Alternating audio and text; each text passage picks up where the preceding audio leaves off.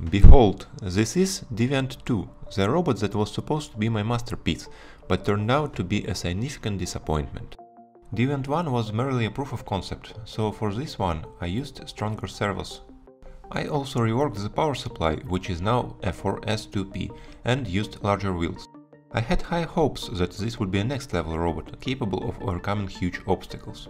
However, the total weight turned out to be more than 4 kg, and the servos were unable to execute the tasks accurately enough.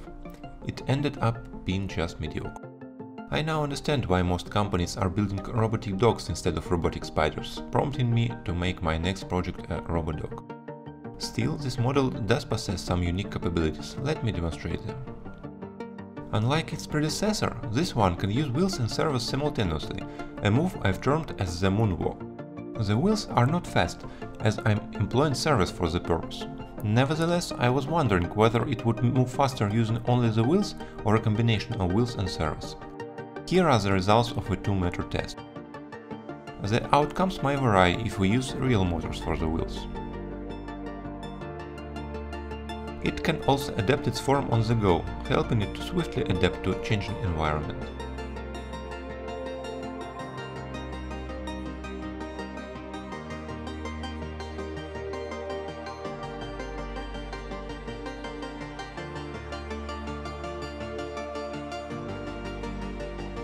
The correct form allows it to handle significant inclines.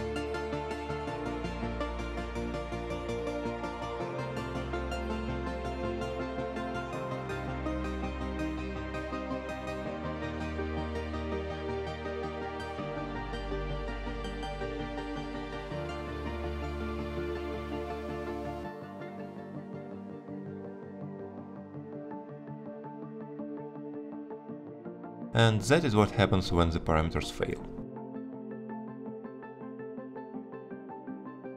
The combination of wheels and servos allows it to overcome fairly large obstacles. With some intelligent tuning, the obstacles could potentially be twice as high, although I wasn't successful in filming any remarkable results. Despite the challenges faced, it was an enjoyable build, but I do hope the robo-dog will prove to be more effective.